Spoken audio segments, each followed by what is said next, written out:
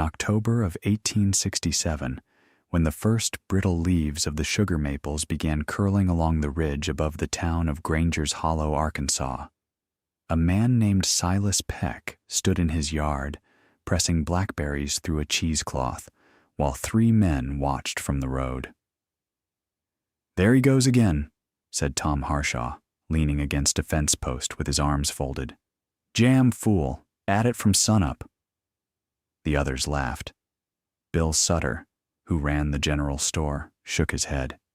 "Man's got 40 acres his daddy left him, and he stands there all day boiling berries like a woman." Silas did not look up. His hands were stained a purple so deep it looked like bruising, and his forearms ached from hours of stirring. On the long table behind him, lined up in rows as neat as soldiers, sat jar after jar of preserves: blackberry, elderberry, wild plum, muscadine grape, their contents glowing like stained glass in the afternoon sun. Already this season, he had put up over 400 jars, and the shelves in his root cellar were beginning to groan. He was 31 years old, unmarried, lean and quiet, with the kind of face people forgot the moment they looked away. His father, Amos Peck, had died the previous spring of a stroke that dropped him between the plow handles on an April afternoon, and the farm had been split between Silas and his 2 older brothers, George and Henry, according to the terms of a will that Amos had written in pencil on the back page of the family Bible. The brothers had taken the best parcels. George, the eldest, claimed the tobacco bottom along Cobb Creek, 12 acres of rich alluvial soil. Henry took the hay meadow, the barn, and the house itself, which was only fair, his wife Clara argued. Because Henry had 4 children and Silas had none, what remained for Silas was the hillside acreage, 26 acres of steep, rocky ground tangled with wild berry canes so thick a man could barely walk through them. "You got cheated, little brother," George told him on the day they divided things up, his satisfaction barely concealed. "But then again, what would you do with good land? You'd just fill it with jars." Henry said nothing. Clara stood behind him with her arms crossed, her expression making clear she considered the matter settled. George was not entirely wrong about the jars. Silas had been making preserves since he was 14, taught by his mother Eliza, who had died when he was 19 from a fever that took her in 6 days. She had kept a small but immaculate operation, a copper kettle brought from Tennessee, clean jars sealed with beeswax and linen, and a notebook filled with her careful handwriting, recipes, ratios of sugar to fruit, notes on which berries peaked in which week. She had sold preserves at the church market and the Carroll County Fair, winning a blue ribbon 3 years running. When she died, Silas took the notebook and the kettle and continued her work, scaling it up year by year with a dedication his family found first puzzling, then contemptible. But the nickname, Jam Fool, that had started only this past summer when Silas announced his intention to put up 2,000 jars. 2,000. The number itself seemed to offend people, as though ambition in preserving was a kind of insanity, a misallocation of effort so profound it could only be explained by a gear slipping in a man's thinking. A farmer might respectably put up 50 jars, or even 100, but 2,000 suggested something had come loose. Tom Harshaw coined the phrase at Sutter's store one Saturday afternoon, standing by the Cracker Barrel with a circle of men who had nothing better to do than sharpen their opinions on the whetstone of other people's eccentricities. "Jam Fool," he said, and the men laughed, and the name traveled through the hollow with the efficiency of gospel and the staying power of a stain. Silas heard it. You cannot live in a community of 60 families without hearing what they say about you, any more than you can live beside a river without hearing the water. He heard it and set it aside. the way a man sets aside a stone that has been thrown at him. Words were just sounds. They couldn't hurt him unless he let them. What the neighbors did not see, because they never bothered to look, was the cellar. Silas had spent the better part of 2 years digging it. The hillside behind his one-room cabin, which he had built himself from oak logs the autumn before, small and tight, 16 feet by 20, with a stone chimney and a puncheon floor he had leveled with a plane until a marble would sit still on any board, was a mix of red clay and sandstone, layered and fractured in a way that made it easier to work than solid rock, but stubborn enough to blister his hands and snap the handle of his first pickaxe. He had started in the spring of 1865, thinking only of keeping his jars cool through the brutal Ozark summers. His mother's notebook had an entry on the subject. Preserves keep best at 50 to 55 degrees. A proper cellar dug into north-facing slope will hold near this range year-round. She had underlined north-facing twice. He dug with a pickaxe, a shovel, and a wheelbarrow. He worked in the mornings before the heat set in, and again in the evenings after the light went amber. The sandstone came out in flat slabs that he stacked beside the entrance, thinking he might use them later for steps. The clay he wheelbarrowed to a gully at the low end of his property, gradually filling and stabilizing it, creating a level pad where he would eventually build his summer kitchen. He shored the ceiling with oak timbers, 8 inches in diameter, debarked and squared with an adze. He fitted them tight, spacing them 18 inches apart, wedged into notches he had chiseled into the sandstone walls. The floor he leveled with a spirit level and packed 4 inches deep with creek gravel for drainage. By the end of that first summer, the cellar was 12 feet deep into the hill, 8 feet wide, and 7 feet tall. He built shelving along both walls from cedar planks. Cedar because his mother's notebook said it resisted mold and insects. He hung a thick oak door at the entrance, fitted with leather hinges, and packed the gaps with a mixture of clay and straw. The darkness inside, when the door closed, was absolute. A cool, mineral-scented blackness that Silas found not frightening, but calming, like being held inside the earth's own steady breathing. The temperature inside held remarkably steady. He hung a mercury thermometer, purchased for 65 cents from a catalog, on the back wall and checked it every morning. In July, when the air outside reached 96 degrees, the cellar held at 53. In January, when ice formed on Cobb Creek and the wood stove burned through a cord of oak every 2 weeks, it held at 51. The annual variance was less than 4 degrees. His mother had been right. He kept digging. Over the following year, he extended the cellar another 18 feet, widening it to 12 feet across.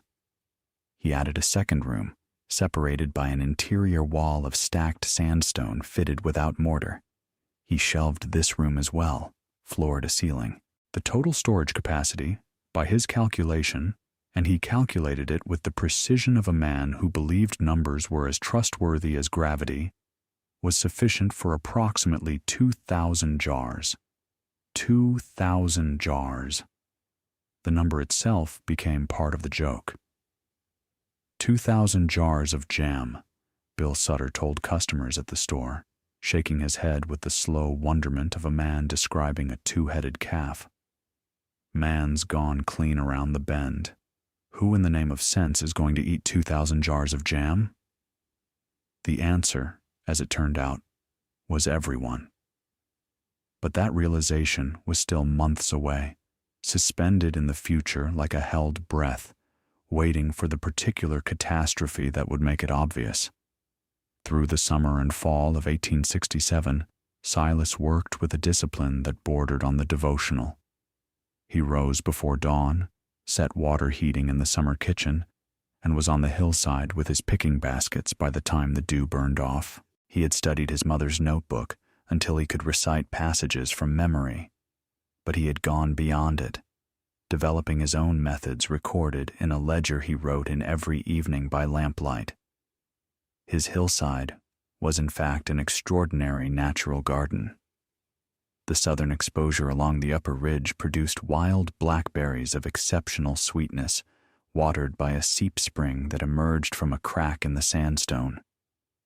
Silas had extended the spring's reach by digging shallow irrigation channels lined with flat stones, increasing fruit production along the irrigated rows by roughly 30%.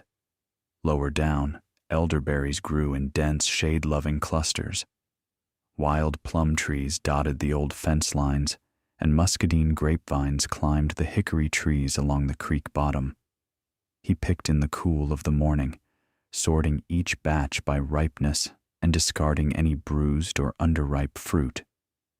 His mother had written, "The preserves are only as good as the worst berry in the pot." He lived by this. His sugar he purchased from Bill Sutter's store, paying cash, 50-pound sacks at a time, hauling them up the hill on his back. Sutter charged full price and never offered a discount. Silas did not argue. The cooking he did in the summer kitchen, a 12-by-10 outbuilding with a cast-iron stove and windows on 3 sides for ventilation. He used his mother's copper kettle for small, delicate batches and a larger iron pot for the big blackberry runs.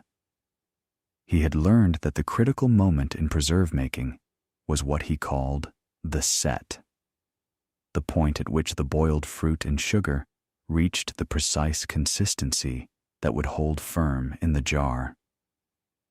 His method for testing was simple. He kept a white porcelain saucer on the windowsill, cooled by the breeze. When the preserves were nearing readiness, he dropped a spoonful onto the cold saucer, waited 30 seconds, and pushed it with his fingertip. If the surface wrinkled like the skin of a cooling pond, the set was right. If it ran, he cooked longer. If too stiff, he added water and lemon juice. This test was essentially a practical application of pectin gelation, the process by which naturally occurring pectin in fruit, activated by heat, sugar, and acid, forms a molecular mesh that gives preserves their texture. The ideal ratio, which modern food science would quantify as roughly 60 to 65% sugar and a pH between 3.0 and 3.4, was something Silas knew not by numbers, but by feel, sight, and the way the mixture sheeted off his wooden paddle. He sealed his jars with his mother's method, a circle of clean linen dipped in melted beeswax, pressed tight over the jar's mouth while the preserves were still warm. The cooling created a partial vacuum that pulled the seal inward. He secured it with cotton twine. The wax blocked air. The linen breathed just enough to prevent pressure buildup. Done correctly, preserves lasted 2 years or more. Silas had found jars his mother sealed in 1858 still perfectly edible in 1866. By the end of October 1867, Silas had filled 1,783 jars. His cellar was nearly full, the shelves holding rows of gleaming jars in every shade from deep violet to amber gold. He had labeled each one, the variety, the date, and the picking location. This level of detail struck his neighbors as obsessive, but it allowed him to track quality across locations and seasons with the precision of a man who understood that recorded knowledge was a form of wealth. He kept going. By November 10th, his total stood at 1,941. The late ripening fox grapes along the old fence row were his last hope for breaking 2,000. They held. On November 13th, the temperature dropped to 22 degrees overnight, but the grapes, protected by their thick skins and the warmth radiating from the south-facing stone fence, survived. He picked every cluster. On November 14th, 1867, he sealed jar number 2006 and carried it down the stone steps into the cellar. He placed it in the last empty space on the bottom shelf, stepped back, and stood there in the cool silence. The thermometer on the back wall read 52 degrees.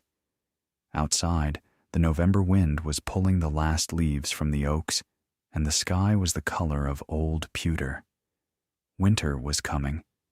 He did not know how bad it would be. No one did. The Ozark winters were generally harsh but manageable. Cold snaps, a few inches of snow, occasional ice storms. The people of Granger's Hollow prepared in the ordinary way. Smoked meat, dried beans, cornmeal, hay in the barn, firewood stacked against the house. The winter of 1867 to 1868 was not ordinary. The first storm came on December 3rd, dumping 14 inches of wet snow overnight. The temperature dropped to 4 below zero. Cobb Creek froze solid in 2 days, the ice so thick that by the second week of December, men were walking across it to check on neighbors on the other side. A second storm struck on December 9th, adding another foot.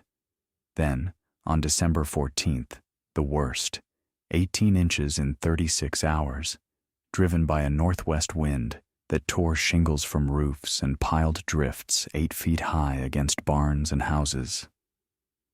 Garland Cates's hay barn collapsed under the weight, killing 2 hogs and burying his winter hay. By Christmas, Granger's Hollow was buried. Snow lay 3 to 4 feet deep on the level, deeper in the hollows. The roads were not merely difficult. They were gone, erased beneath a white weight that no wagon or horse could navigate. The mail carrier stopped coming. Temperatures held in single digits by day, 15 to 20 below at night, with a dry wind that made exposed skin go white in minutes. The creek froze under 2 feet of ice. Families melted snow for drinking water, which required firewood, which was being consumed at a rate no one had planned for.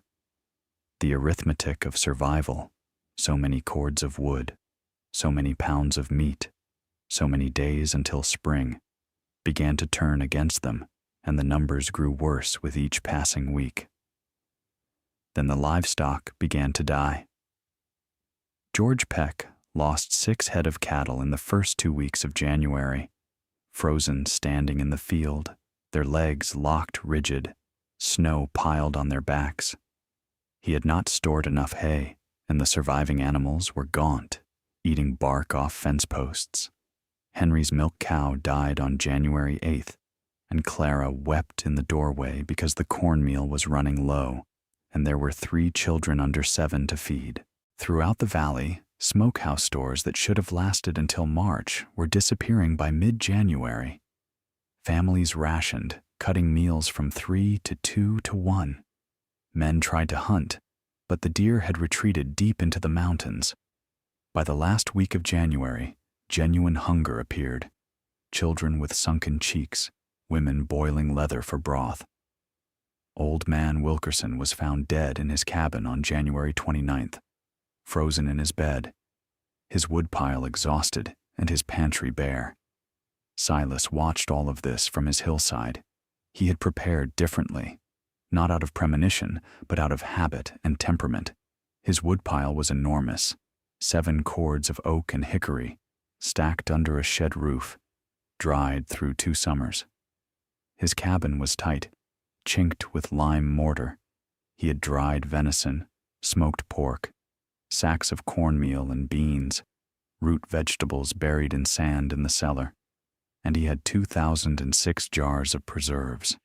The first person to come was Clara, Henry's wife. She appeared at his door on February 1st, 1868, wrapped in every piece of clothing she owned, her face cracked from the wind, a desperate look in her eyes. "The children are hungry," she said. That was all. Silas did not make her beg. He did not remind her that Henry had laughed at his jam-making. He put on his coat, led her to the cellar entrance, brushed the snow from the door, and carried out 12 jars, 4 blackberry, 4 elderberry, 4 wild plum, and a 10-pound sack of cornmeal. The warm air from inside, 52 degrees, feeling almost tropical against the killing cold, rose in a visible cloud as he descended the steps. He selected the jars quickly, knowing every second the door was open, cost heat the earth would need hours to replace.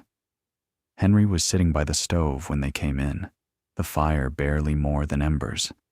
His face went through surprise, shame, and something like defiance that collapsed before it fully formed. He did not say thank you, but the children, the eldest barely 6, the youngest still nursing, watched with enormous eyes as Clara opened the first jar and spooned blackberry preserves onto cornbread. The preserves were perfect, deeply flavored, the blackberries holding their shape in thick, clean syrup that tasted, even in February, like a warm August afternoon. The youngest, a girl named Lottie, ate so fast she got hiccups. Word traveled, even through 4 feet of snow. Within a week, Silas had visitors every day. Tom Harshaw came, the man who coined the nickname, standing at Silas's door with his jaw working. "My wife," he said. "She's not been eating so the boys can have her share." Silas gave him 8 jars and a sack of dried beans. Bill Sutter came, the storekeeper whose shelves had been stripped bare by the first week of January. The Emerson family came, all 7, walking 2 miles through waist-deep snow. The father, Joseph, a proud man who had never asked anyone for anything, could not speak when he reached the door. Silas turned no one away. He did not lecture. He did not remind anyone of the name they had called him. He went into the cellar each time, selected jars from the shelves, and handed them over with whatever else he could spare. He kept a careful count in his notebook. By the end of February, he had distributed 912 jars. By mid-March, when the first tentative thaw began to loosen the snow's grip on the valley, the total was 1,347 jars. He had fed 23 families, every family in Granger's Hollow, plus 3 from over the ridge. Not one person in the hollow starved that winter. Several came close. 2 were weakened enough by malnutrition that they succumbed to pneumonia in the spring. An old woman named Hester Cates, Garland's mother, and a child of the Ott family who had been sickly before the storms, but the death toll could have been far worse. Without Silas's cellar, it would have been. His cellar, when the crisis finally passed, still held 659 jars. He had calculated his charity with the same precision he brought to everything, giving enough to sustain his neighbors while keeping enough to carry himself through to the next harvest. The preserves had done more than prevent starvation. They had provided something that dried beans and cornmeal alone could not: sweetness, energy, the quick, concentrated fuel of sugar and fruit that could lift a child from lethargy to laughter in the time it took to eat a single spoonful. More than one mother told Silas later that the moment her children tasted his blackberry preserves was the moment she stopped being afraid they would die. It was not medicine, exactly, but it was not far from it. Purpose was a stronger medicine than rest, and hope was stronger than both. But there was something else the preserves provided, something harder to name. In the worst weeks of that winter, when the world outside the cabin walls was nothing but white and cold and silence, the act of opening a jar of blackberry preserves, of tasting summer in the dead of February, of holding in your mouth the concentrated sweetness of a warm August afternoon, was a kind of promise. A reminder that seasons turn, that the cold does not last forever, that somewhere beneath the snow the berry canes were waiting, dormant but alive, ready to bloom again when the earth remembered warmth. Silas did not think of his preserves in these terms. He thought of them as food, as provisions, as practical insurance against hard times. But the people who ate them during that long, killing winter understood something about them that went beyond nutrition. They understood that Silas had not merely stored food. He had stored time. Spring came late that year, grudging and fitful, like a guest who has been offended and is not sure whether to enter. The snow did not fully melt until the second week of April, and even then, the ground was so saturated that Cobb Creek flooded twice, jumping its banks and turning the bottomlands into a muddy, debris-strewn lake. George Peck's tobacco field was underwater for 3 weeks. The soil, when it finally drained, was covered in a layer of silt and gravel that would take months to clear. He would not plant that year, or the next. But the berries came back. They always did. The canes on Silas's hillside, insulated all winter by the deep snow that had buried them, broke bud in late April with a vigor that surprised even him. The snow had protected the root systems from the killing cold, and the meltwater had saturated the soil with moisture that would sustain the plants through the summer. By June, the blackberry blossoms were so thick that the hillside looked as if it had been draped in white lace, and the bees, honeybees from a wild hive in a hollow sycamore a quarter-mile up the creek, worked the blossoms from dawn to dark, their hum a steady, reassuring sound that Silas had loved since childhood. It was during one of these teaching sessions, on a warm Saturday afternoon in August of 1868, that Silas met Ada Nowak. She was 26 years old, of medium height, with sharp, intelligent features, high cheekbones, dark eyes that missed nothing, hands that moved with a precision suggesting she had done close, careful work all her life. She was the daughter of Polish immigrants who had settled near Eureka Springs in 1858. Her father, Kazimierz Nowak, had been a master carpenter in Krakow before crossing the ocean, and he had built a fine small house on 10 acres near the springs that drew visitors for their supposedly healing properties. He had died the previous winter, not in the great storm, but from pneumonia in November, before the worst of it, as though he had known what was coming and decided to leave before it arrived. Her mother, Zofia, unable to manage the property alone and consumed by grief, had returned to a cousin's home in St. Louis. But Ada had stayed. Taking in sewing and selling eggs from a small flock of chickens, she tended with the same careful attention her father had given to his joinery. She had walked 7 miles to attend Silas's class, having heard about it from a woman at the Eureka Springs Saturday market. She arrived carrying a canvas satchel that contained, among other things, a leather-bound book her grandmother had written by hand, a cookbook, or rather, an encyclopedia of preservation, compiled over a lifetime in Krakow and containing recipes for preserves, pickles, ferments, dried fruits, smoked meats, and preparations Silas had never heard of. She also carried a glass jar of sour cherry preserve she had made herself, sealed with a circle of oiled paper and a rubber band. Silas noticed her immediately, not because she was beautiful, though she was, in a way that had nothing to do with softness and everything to do with clarity, but because she asked questions that no one else had thought to ask. "Why beeswax and not paraffin?" she asked, watching him demonstrate the sealing process to a group of farm wives. He paused, the waxed linen in his hand. No one had questioned his sealing method before. "Beeswax is softer," he said. "It conforms to the glass better.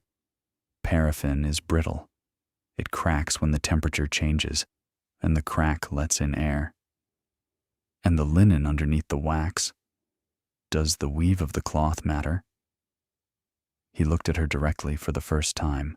Her dark eyes held the particular intensity of a person who asks questions not to make conversation, but to learn something they intend to use. "Tight weave," he said, A loose weave lets in mold spores. The tighter the cloth, the better the seal. But it still has to breathe enough that pressure doesn't build. She nodded, as if this confirmed something she had already suspected, and filed it away. Then opened her satchel and held out the jar of cherry preserves. "Try this," she said. "Tell me what I did wrong." He opened the jar, took a clean spoon from the table, and tasted. He held the preserves on his tongue for a moment, the way his mother had taught him, not swallowing immediately, but letting the flavor develop, feeling the texture against the roof of his mouth, noting the balance between sweet and sour, the presence or absence of bitterness, the way the fruit held together or fell apart. The flavor was good, bright, sour-sweet, clearly made with real sour cherries, not the bland sweet cherries most people used. The sugar level was right. The color was deep garnet, attractive. "Nothing wrong," he said at last. "But you cooked it about 2 minutes too long. See how the cherries have gone soft. They've lost their shape, turned to mush in the syrup. If you pull it off the heat just before you think it's ready and let the residual heat finish the set in the jar, the fruit stays whole. The color stays brighter, too, more red, less brown." She smiled, a small, precise smile that reminded him, improbably, of the way a well-sealed jar looked when he held it up to the light. 2 minutes, she said. "I'll remember." He believed she would. There are people who hear advice and let it pass through them like wind through a screen, and there are people who hear it and fold it into themselves like a blacksmith folds steel, making it part of their structure. Ada, he could tell, was the second kind. She came back the following Saturday, and the Saturday after that. By September, she was staying for supper, cornbread and beans, and whatever preserves Silas opened for the meal. Sitting at his small table in the cabin, with the lamplight catching the planes of her face, and the conversation running longer each time, moving from the technical details of preservation into wider waters. Books they had read, places they imagined, the particular loneliness of being the kind of person who notices things other people don't. By October, they were sitting together on his porch in the evenings, watching the light go copper and crimson over the ridges while they talked. She told him about Poland, about her grandmother's kitchen in Krakow, the rows of jewel-colored preserves on wooden shelves reaching to the ceiling, the tradition of preserving food that was older than memory. Her grandmother's book contained recipes for 63 varieties of preserves, pickles, and fermented vegetables, many using techniques unknown in Arkansas: lacto-fermentation with salt and thyme, fruit preserved in honey, vegetables pickled in whey. In Poland, she said, a woman who could not preserve food was a woman who could not keep her family alive. It was not a hobby. It was not a joke. It was the most essential skill. Silas was quiet for a long time. "My mother understood that," he said. "She was the only person I ever knew who did. Until now," Ada said. He looked at her. The evening star had appeared above the western ridge, and the air smelled of wood smoke and the last of the wild asters that grew along the fence. He had spent his life being quiet, being patient, being overlooked. He had never expected that someone would walk 7 miles to find him and then stay because she wanted to, not because she needed something. "Until now," he repeated. They married on November 2nd, 1868, in a small ceremony at the Methodist Church. Ada wore a blue dress she had sewn herself, and Silas wore a suit borrowed from Tom Harshaw, who served as best man. A development unthinkable 12 months earlier. The congregation, many of whom had eaten Silas's preserves through the darkest winter, attended in surprising numbers. Clara came, without Henry, and sat in the back row and cried quietly. Over the years that followed, the operation grew into something neither Silas nor Ada had quite imagined, though both had been building toward it all their lives. Ada introduced methods Silas had never encountered. Lacto-fermented fruit preserves that used no sugar at all, relying on natural bacterial cultures and time to develop complex, tangy flavors, unlike anything on the American market. The process was ancient. Her grandmother's book described it as common practice in Polish villages for centuries, and Ada understood its science intuitively. The natural bacteria present on the fruit's skin, given salt and an oxygen-free environment, converted the fruit's sugars into lactic acid, which preserved the food while creating flavors that were sharp, nuanced, and deeply satisfying.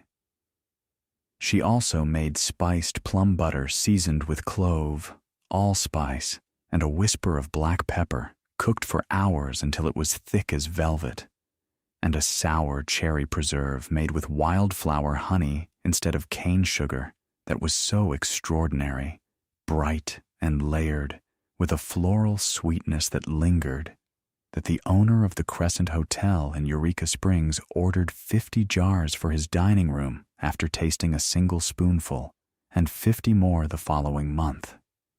Silas expanded the cellar twice more, once in 1870 and again in 1874, eventually creating a system that reached over 60 feet into the hillside, with 4 separate rooms. The main storage held at 52 degrees. A deeper second room stayed at 48 for cold storage of butter, cheese, and cured meats. A third room, connected to the outside through a clay pipe ventilation shaft, could be warmed to 65 degrees, ideal for Ada's lacto-fermentation. The fourth room was Ada's design and her particular pride. A drying room heated by a small iron stove whose pipe ran horizontally through a channel in the sandstone floor before angling up and out through the hillside. The pipe heated the stone evenly, creating gentle, radiant warmth, 90 to 95 degrees, that dried sliced apples, plums, cherries, and herbs without cooking them. The design was so ingenious that visitors came from as far as Little Rock to see it. By 1875, Silas and Ada were producing over 5,000 jars annually, along with dried fruits, fruit butters, honey preserves, and fermented specialties. They sold at Saturday markets in Eureka Springs, Fayetteville, and Fort Smith. They shipped by rail to Memphis and St. Louis, packing jars in straw-lined crates Silas built himself. Their labels, handwritten by Ada in an elegant script learned from her father, read Peck's Hollow Preserves, and the name became a byword for quality. They hired help. 2 local women for the peak season, and a young man named Jesse Caldwell who helped with harvesting and cellar work. They never became wealthy. Their prices were fair, their habits frugal. But they achieved a comfort neither had known before. The cabin expanded into a proper 2-story house with a real kitchen. Ada planted a garden with herbs, flowers, and a row of pear trees. They acquired a milk cow, chickens, and a horse named Bishop, who pulled the wagon to market with a temperament as unhurried as his owner's. Their first child, a son they named Amos after Silas's father, was born in September of 1869, a year almost to the day after Silas and Ada's wedding. A daughter, Eliza, named for Silas's mother, followed in 1871. A second son, Kazimierz, called Kaz by everyone, arrived in 1874. The house filled with the noise and chaos and particular joy of children growing up in a place where the land and the work were one and the same. The children learned to walk on the hillside paths, to identify berries before they could read, to stir a pot under their mother's watchful eye before they were tall enough to see over the rim. The rhythm of the preserving season, the long, hot days in the summer kitchen, the smell of boiling fruit that permeated their clothes and hair, the satisfaction of seeing the cellar shelves fill row by row, became the rhythm of their childhood, as natural and unquestioned as the changing of the seasons. Silas taught all three the work, just as his mother had taught him. He was patient with each of them, adapting his teaching to their temperaments, but he expected care, and he expected attention. "The berries will tell you when they're ready," he told them, "but only if you're listening." Amos, the eldest, was serious and methodical, drawn to the science behind preservation. He kept his own notebook from the age of 10, recording observations about sugar crystallization, pectin behavior, and cooking temperatures with a precision that impressed even his father. He would grow up to study agricultural science at the University of Arkansas and return to work alongside his parents. Eliza was the creative one, drawn to experiment and unexpected combination. Rosehip and apple, wild ginger and pear, persimmon and cinnamon. Concoctions that sometimes failed spectacularly and occasionally produced something so unexpectedly wonderful that even Silas would stop and taste and say, "Well, that's something new." She would open a shop in Fayetteville, selling preserves and baked goods and herbal remedies, her mother's reputation preceding her like a letter of introduction. Kaz, the youngest, inherited his mother's gift for fermentation and his Polish grandfather's skill with tools.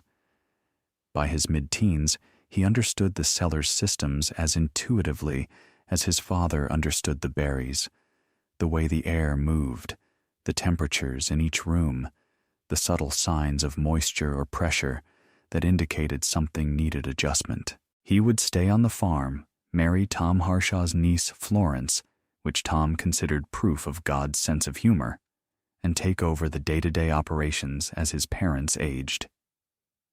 George Peck never recovered from the winter of 1868. His tobacco field, already marginal before the flood, produced diminishing yields each year as the soil wore thin from decades of single crop planting without rotation or amendment.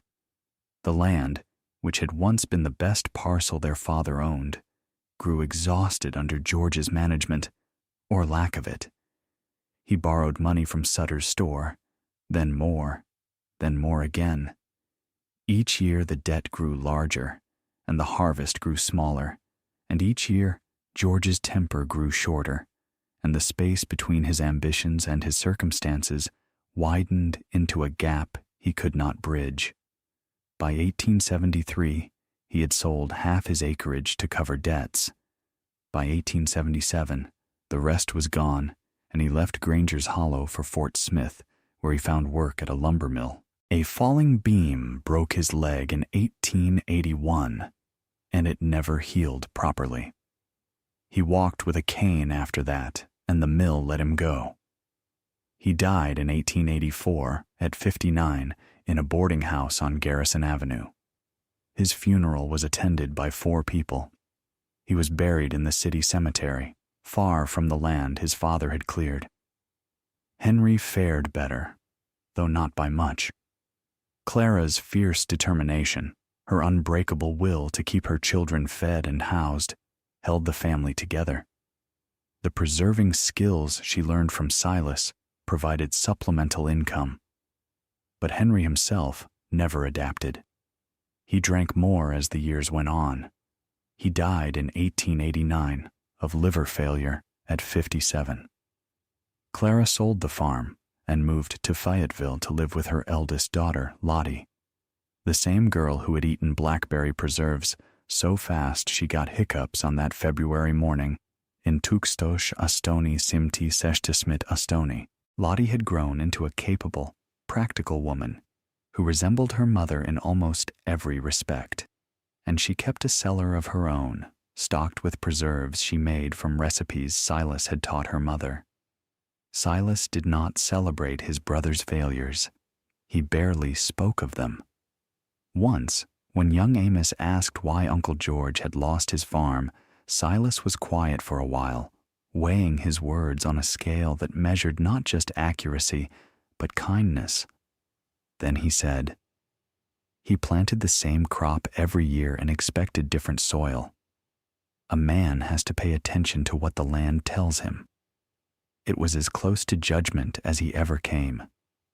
In the autumn of 1882, a man named Professor Edwin Marsh arrived in Granger's Hollow on horseback, dusty from 2 days' riding from Fayetteville. Marsh was a botanist at the University of Arkansas, a thin, energetic man with round spectacles and a habit of stopping mid-sentence to examine whatever plant had caught his eye. He had heard about Silas's operation from a colleague who tasted Peck's hollow preserves at a dinner in Little Rock, and was so impressed he wrote to the university's agriculture department suggesting someone investigate the source. Marsh spent 4 days with Silas and Ada.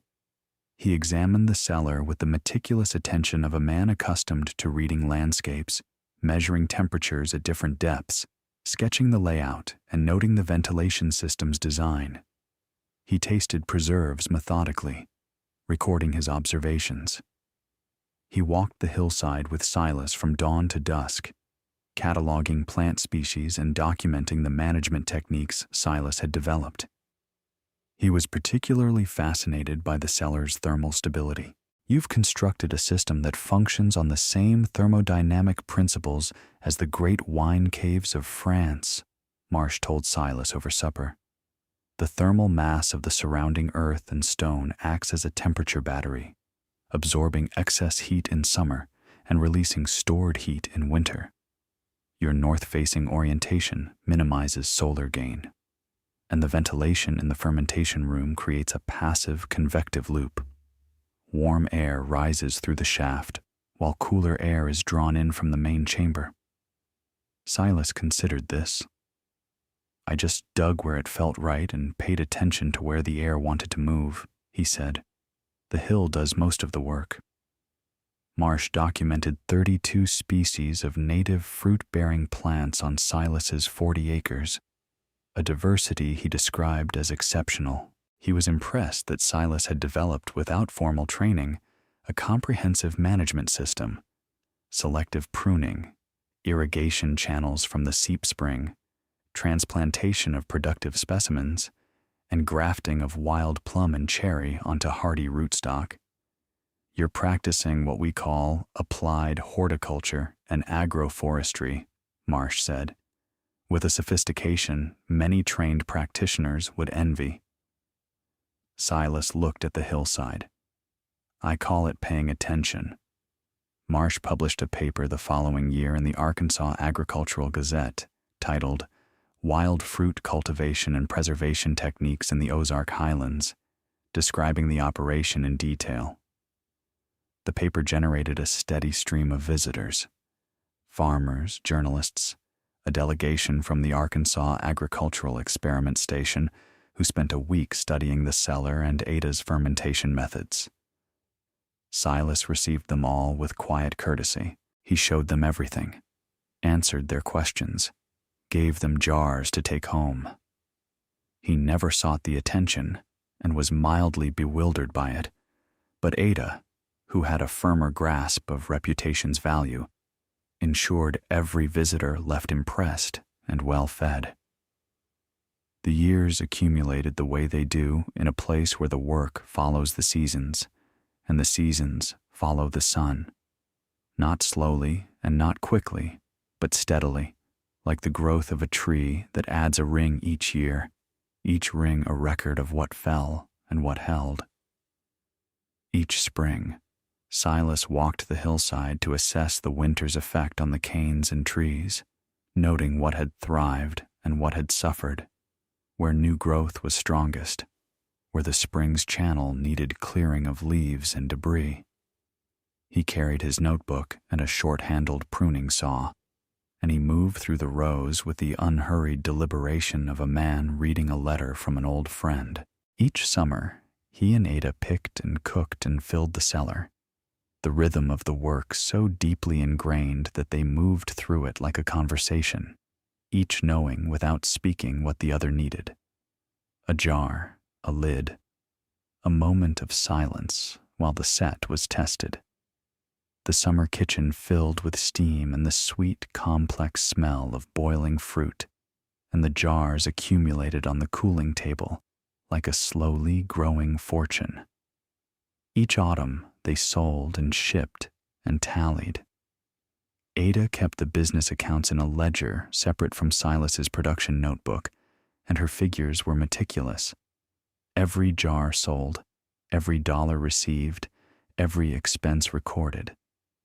She had inherited her father's practical intelligence, his understanding that craftsmanship without commerce was just a hobby, and she managed the financial side of the operation with a competence that Silas, who had never cared much about money, relied on completely. Each winter, the cellar held steady, the jars glowed in the lantern light, and the family ate well. Silas would descend the stone steps on January evenings with a lamp in one hand and his notebook in the other, checking the thermometer, inspecting the shelves for any jar that might have lost its seal, running his hand along the cedar planks to feel for moisture. These evening visits were his private ritual, a communion with the work that sustained him. Sometimes Ada came with him, and they stood together in the cool darkness without speaking, surrounded by the evidence of their labor, the jars like a congregation waiting in silence. Ada continued to refine her techniques, corresponding by letter with food scientists in St. Louis and Chicago. She learned about Louis Pasteur's work on heat sterilization and adapted her methods accordingly, shifting from beeswax and linen seals to the new glass-lidded jars with wire bale clamps and rubber gaskets available in the 1880s. She tested each innovation against the old methods, side by side, and adopted only what proved superior. Silas, for his part, deepened his work with the land. He expanded his grafting program, taking cuttings from the most productive wild plum and cherry trees and grafting them onto hardy rootstock he raised from seed. Grafting was an art that required patience of a particular kind, not the patience of waiting, but the patience of precision. The cut had to be made at exactly the right angle, with a blade sharp enough to leave a surface as smooth as glass.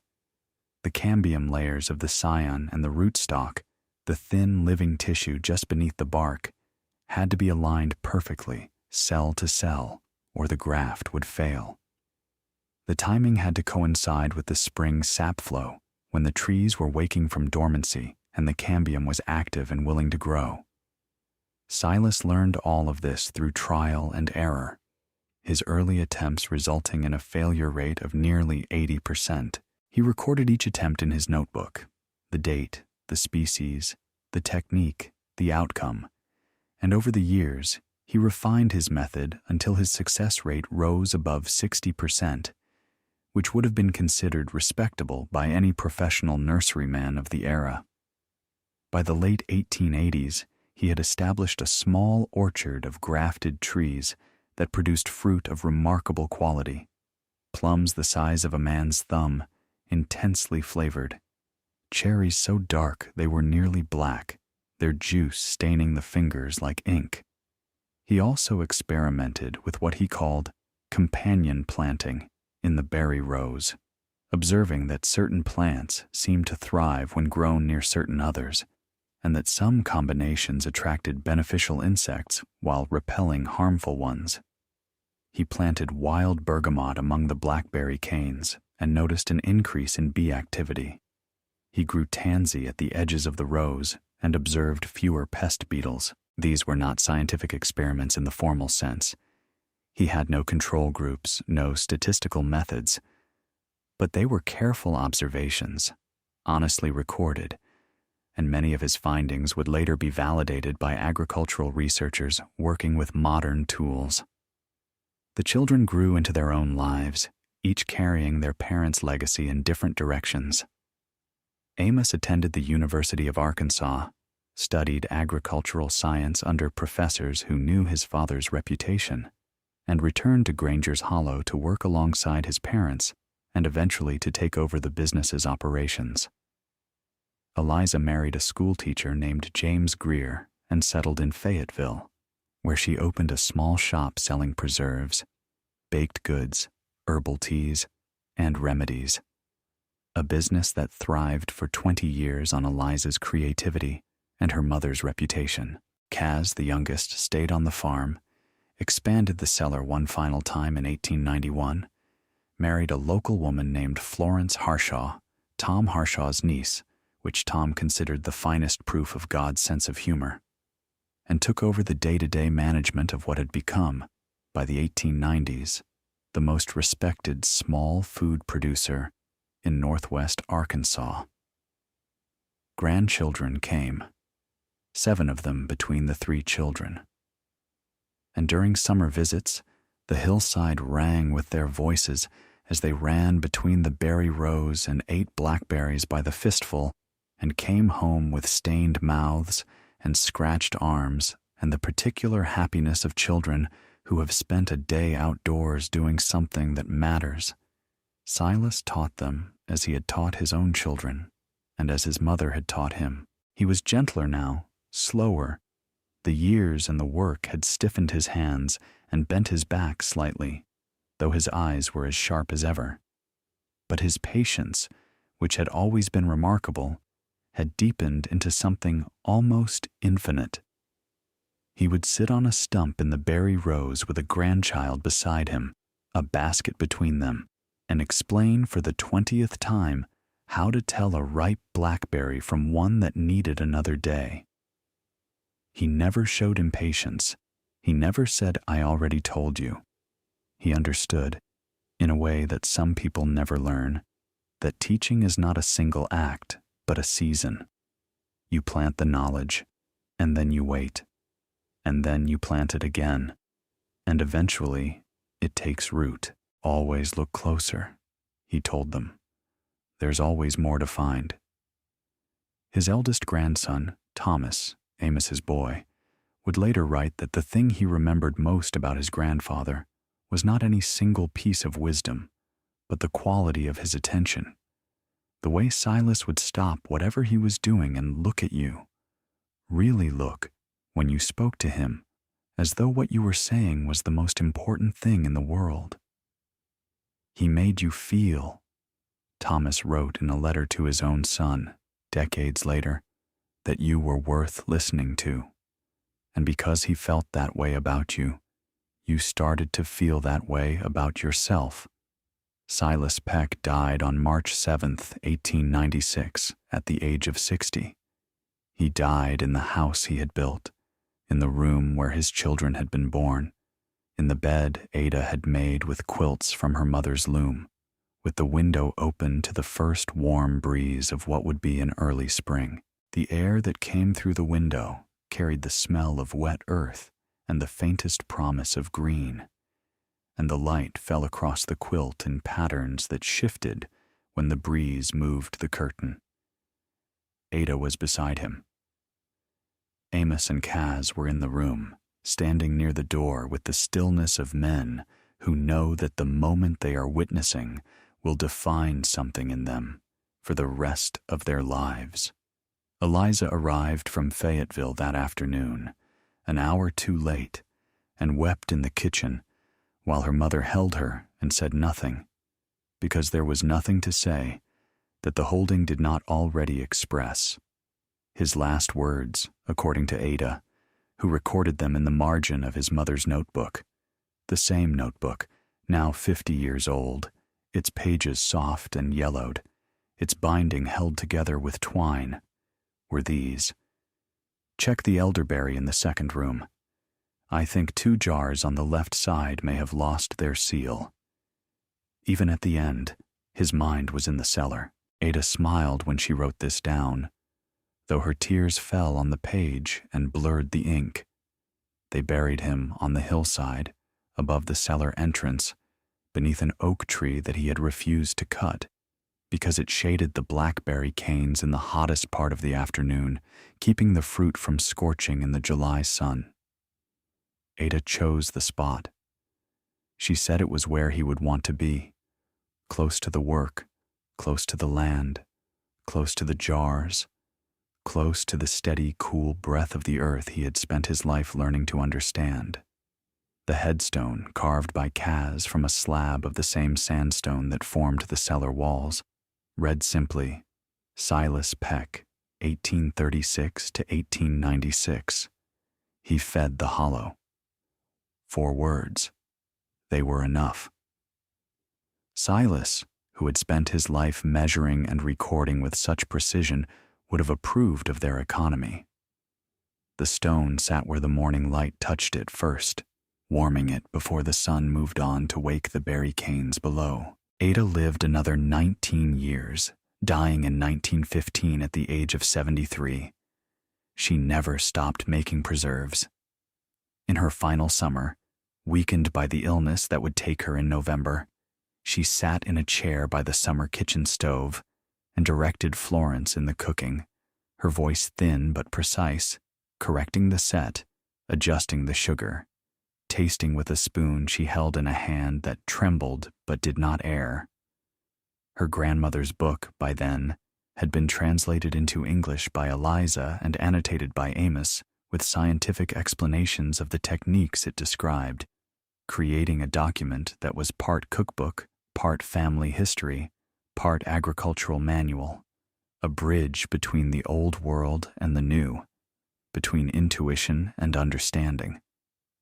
Ada was buried beside Silas on the hillside, under the same oak tree, with a matching sandstone headstone that Kaz carved to pair with his father's. Hers read, Ada Nowak Peck, 1842 to 1915.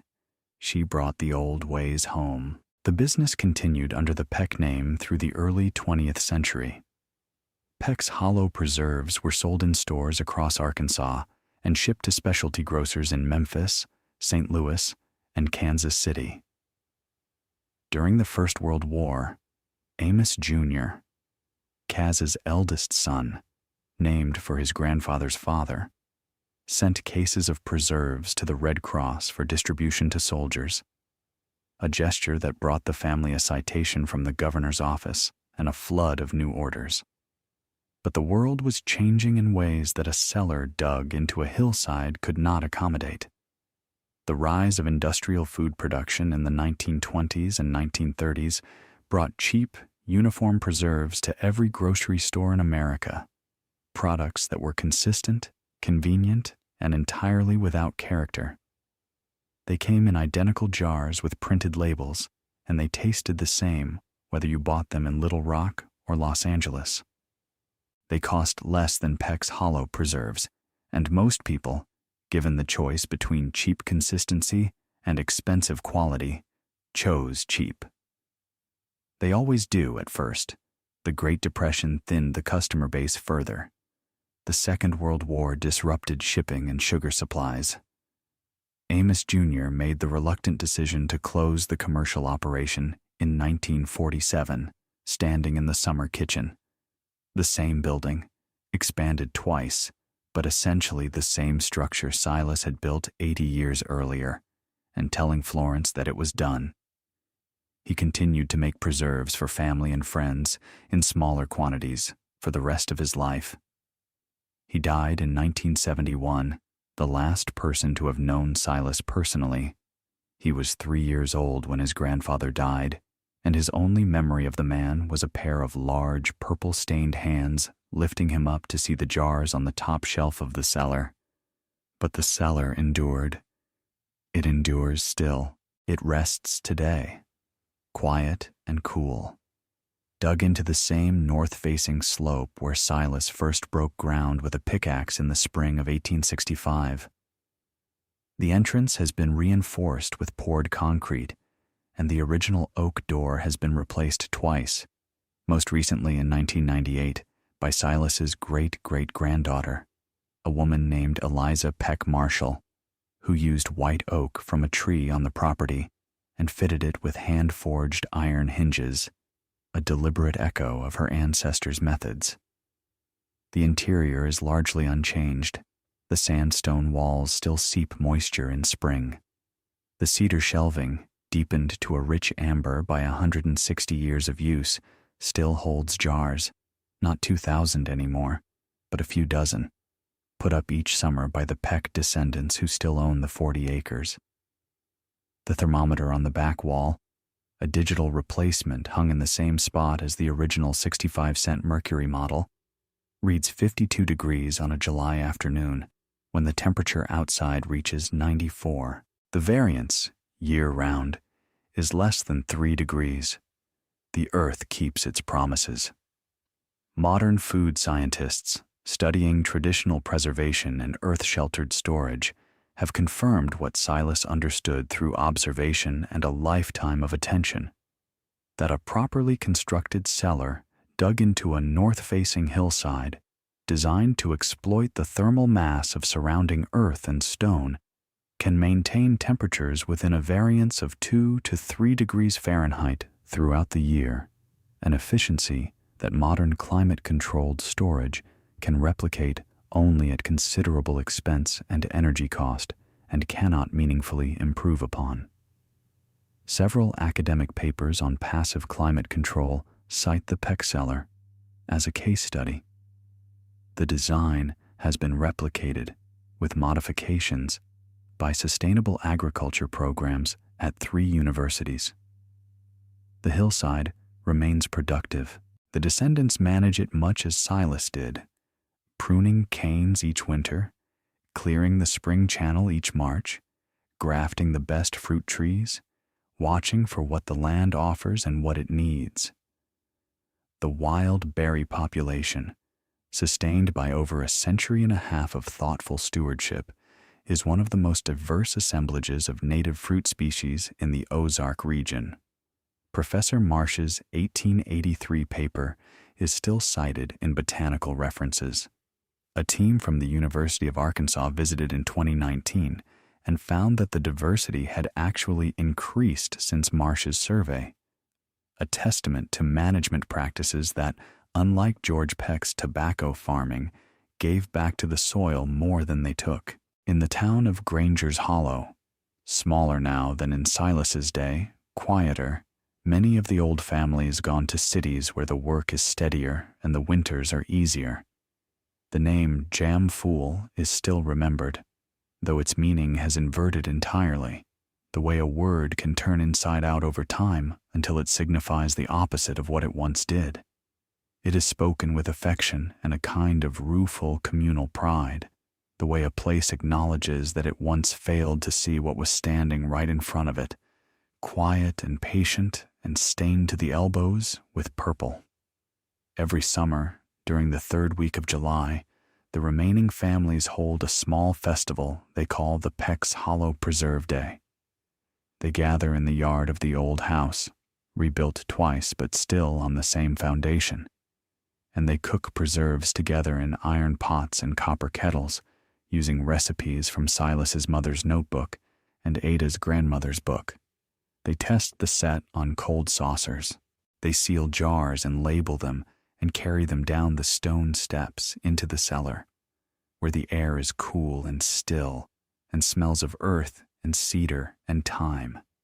The truth is simple, and it is the truth that Silas Peck lived by every day without ever needing to speak it aloud. That the things we mock are often the things we do not understand, and that the things we do not understand are often, in the end, the things that save us. In the cellar, in the dark, the jars hold steady. The preserves inside, blackberry, elderberry, wild plum, muscadine grape, glow faintly when the lantern light touches them, rich and deep and patient, like something alive, like something that has been waiting all this time to be recognized for what it is.